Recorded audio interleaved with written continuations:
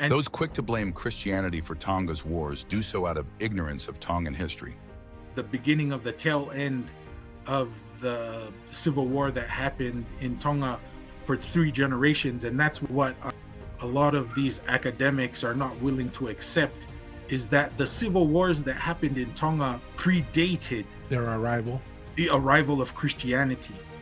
And so it started with Taufa'ahau's grandfather, Taufa'ahau, who was Tu'kan Kupolu, came down to his father, who was Tu'kan Kupolu, and then the 3rd generation of the Civil War was Taufa'ahau, or Niningini Ofolanga, before he left Ahau, and the tutelage of Kautai, or the family of Kautai, the background of what was going on. And so Christianity and the missionaries were working during Taufa'ahau's time. And so there was already a civil war going on.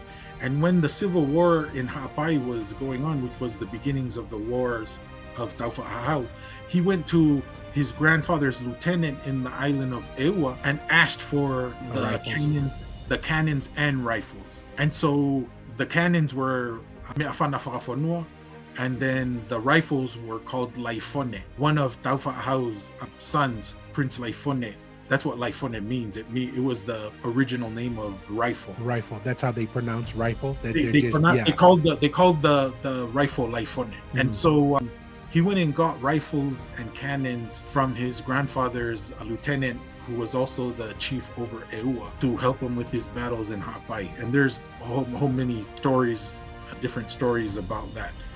But Taufa'ahau was not given weapons from the Christian missionaries. He got them on his own accord for political reasons that he had inherited from his grandfather and father.